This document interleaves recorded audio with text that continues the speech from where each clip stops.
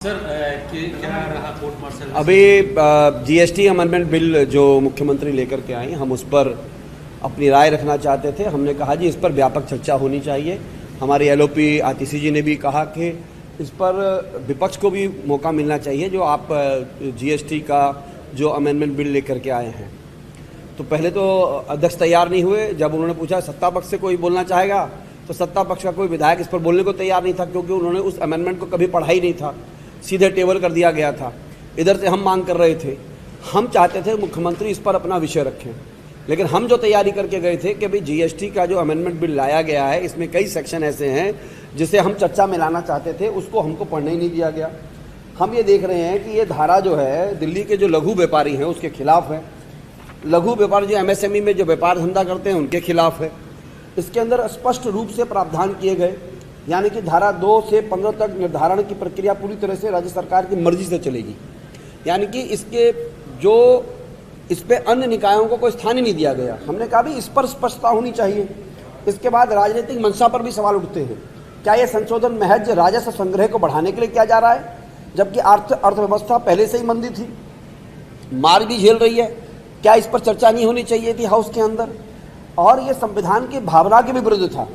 स्थानीय निकायों को देखिए, यहाँ पर नगर निगम है, लेकिन देश में पंचायतें अगर कमजोर हो जाएंगी, चौथा स्तंभ अगर कमजोर हो जाएगा जो पंचायतों के साथ नगर निगमों के साथ चलता है, उसके ऊपर ये सरकार चर्चा ही नहीं करना चाह रही थी।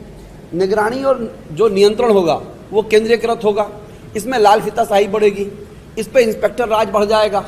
व्यापारियों को तो कलम घसते घसते अपने कागज भरते भरते ही समय निकल जाएगा, तो व्यापार कहाँ से करेंगे? हम चाहते थे भाई, भारत के अंदर एक आश्चर्यजनक स्थिति देखिए, 6 तारीख को ट्रंप ने 25% का टैरिफ लगाया, उसके बाद फिर दोबारा से 25% का टैरिफ लगा दिया।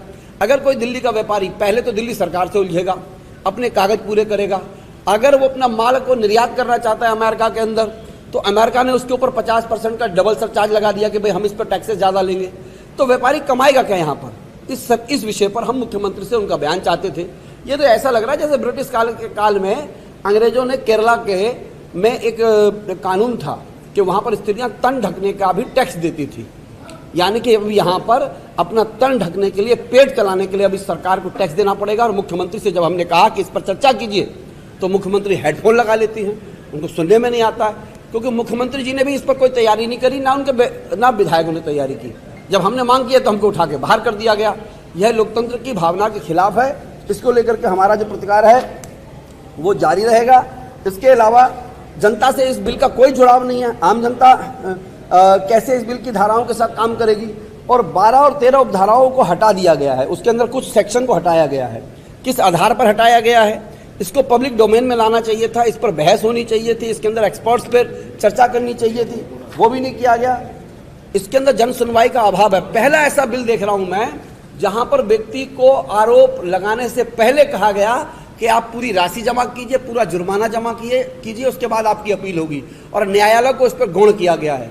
भारतीय लोकतांत्रिक व्यवस्था में आप एक ऐसा बिल ला रहे हैं जिसमें आप कह रहे हैं कि कोई न्यायालय नहीं जा सकता है। ये सबसे बड़ा अनर्थ है। इसको लेकर के हाउस में हम जब चर्चा करते हैं तो हमको मार्शल आउट कर दिया जाता है। सर एक चीज़ और है, मैंने अभी बाहर थोड़ी देर पहले आधे घंटे पहले एजुकेशन के ऊपर भी आज भी थैंक यू करना है, वो बिल भी पास होना है, उसके ऊपर क्या बातें हुई? देखिए, एजुकेशन पे पूरी सरकार का एक सवाल देखिए, पूरी सरकार पब्लिक स्कूलों के इर्द गिर्द घूम रही है, उन पब्लिक स्कूलों के इर्द गिर्द घूम रही है, जबकि ये बिल अब लेके आए हैं। अगर ये मार्च अप्रैल में ले आते, पब्लिक स्कूल इतना फीस बढ़ाते? जिन्होंने बेतहासा फीस बढ़ाया, अभिभावक पब्लिक स्कूलों के दरवाजे के बाहर खड़े रहते थे, वो रोते रहे सरकार के पास, लेकिन सरकार ने जानबूझ करके नहीं लाए। इनके तो एक विधायक ने कह दिया ना, राजकुमार जी हैं जो आदर्श नगर वाले, कि ये ऐसा बिल है कि लोगों को जितने स्कूल हैं उनको फीस बढ़ाने का इनको अधिकार मिल गया है। ये बेसिकली एजुकेशन का जो बाजारीकरण हो रहा है, पूंजीपतियों के इर्द गिर्द घूम रहा है। एक एक स्कूल के पास 50-50 करोड़ की एफडीआं हैं, वो एफडीओ के माध्यम से अपना स्कूल तो पूरा चलाते हैं, उसके ऊपर तो फीस बढ़ाते हैं। और कमाल की बात देखिए, जूते स्कूल से खरीदे जाएंगे, फीस स्कूल से खरीदी जाएगी, स्पोर्ट्स के नाम पर अलग पैसा लिया जाता है, अलग अलग फंक्शंस के नाम पर अलग पैसा लिया जाता है, मध्यम वर्ग की कमर तोड़ दी जाती है। जिन स्कूलों को सरकारी जमीनें अलॉट की गई, वो उस पर जो स्कूल बनाएंगे उसका भी सारा पैसा वो लोग जो है पेरेंट्स से ले रहे हैं। तो मुझे लगता है कि यह सब जनता के विरुद्ध है। हम इस पर व्यापक चर्चा चाहते हैं, चाहे वो जीएसटी का मामला हो, फीस वृद्धि का स्कूलों में मामला हो या ट्रांसपेरेंसी बिल जो एजुकेशन पर लाया गया है इसका मामला हो, किसी पर भी ये सरकार सुनने के लिए तैयार नहीं है। जिसका मुझे लगता है कि अब क्या करेंगे, सड़क से सदन में हम आंदोलन कर सकते हैं, बात करते हैं तो कहते हैं मार्शल आउट कर दो। इन्होंने कल ही प्लान बना लिया था कि जीएसटी पे अनिल झा बेहतरीन जवाब देंगे या हमारी एलओपी जवाब देंगी, इनको बाहर निकालिए, तो इन्होंने बाहर निकाल दिया हमको। सर प्रीतमपुरा के एक रेस्टोरेंट में भारतीय परिधानों पहने हुए एक व्यक्ति की एंट्री से रोक दिया गया।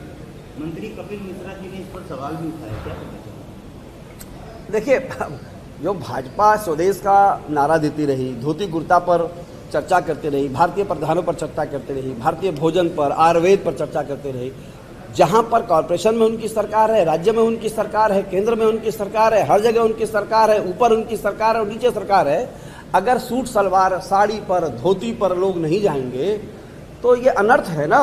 यानी कि आपने लाल फीताशाही की हुई है, उन पर कोई लगाम नहीं है और वो लोग बेलगाम तरीके से अपने इस तरह के इवेंट्स को चलाते हैं। मैं धोती पहनता हूँ, कुर्ता पहनता हूँ, ये सारे भाजपा के लोग मुझे देख देख के हंसते हैं, कहते हैं तू धोती पहन के आता है, तू धोती पहन के आता है। इनके पूर्वज धोती पहनते थे, अटल बिहारी वाजपेयी जी धोती पहनते थे, आडवाणी जी अक्सर धोती पहनते थे। अब ये उनका ही सम्मान नहीं कर सकते हैं तो आज के सामान्य लोगों को क्या सम्मान करेंगे? तो हम तो धोती वाले हैं, देख लीजिए, हम तो धोती पहन के जा रहे हैं, हमको विधानसभा को रोक के देखे तो बताएं इनको हम।